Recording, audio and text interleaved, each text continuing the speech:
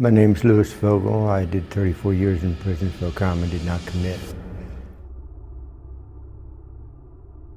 When you commit a crime, you are tried in court and then sentenced. But what happens when the sentence is for the wrong person? That's what happened to 62-year-old Louis Jim Vogel. At the age of 28, he faced life in prison for the rape and murder of a 15-year-old girl in Pennsylvania. He spent 34 years at the Erie County Jail until 2015, when he was exonerated of all charges against him through DNA evidence. Jim Vogel was a victim of wrongful conviction, and cases like his aren't uncommon.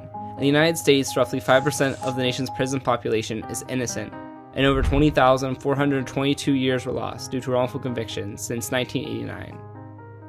There's no way you're going to get your life back. You're going to have to build a whole new life out of it. So you're going to need the money to do so.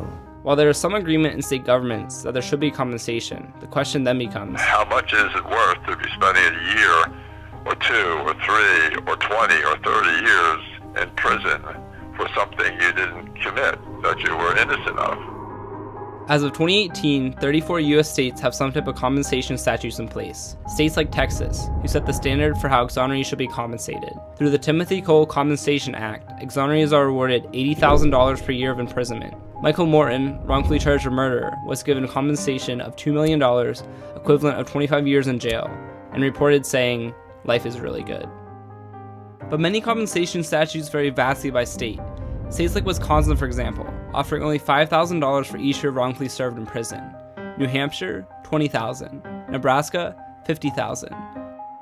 North Carolina also $50,000 per year wrongfully served, plus additional benefits like job skill training for 1 year and tuition reimbursement. Others have come up with variable-based solutions, such as Connecticut, stating that compensation is based on 75 to 200% the median Connecticut household income. And 16 states still offer no compensation packages, including Pennsylvania, where Jim Vogel resides. Right now, I'm living off of loans, and at the end of all this, I'm going to have to pay those loans back. That's not going to leave me much money left over to do a thing with.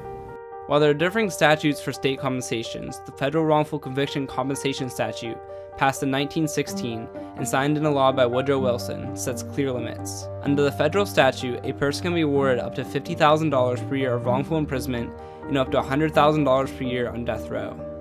The people that are innocent are convicted in Pennsylvania. We have done that, and I had never believed that until it was shown through DNA evidence that we have convicted innocent people.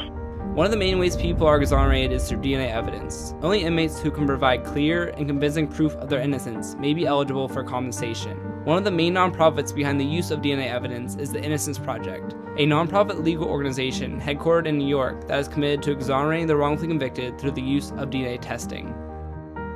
The New York Innocence Project drafted criteria for what an ideal statute should entail. This includes things like monetary compensation for each year served, with a proposed minimum of $50,000 for each year in prison. The Innocence Project also notes to include assistance and services after jail for things like financial support for basic necessities, assistance purchasing housing, healthcare and dental care, mental health services, education and development of workforce skills, and legal services. The Innocence Project also wants records expunged immediately after exoneration. This is something Jim Vogel mentioned in his proposed legislation. In Pennsylvania, it takes 2 years to have your criminal record expunged. You just got out of prison for something you didn't do. It takes you 2 years to get it off your record. In that time, you are being rejected jobs, places to live, all kinds of things, because that's still on your record. It just turns people against you.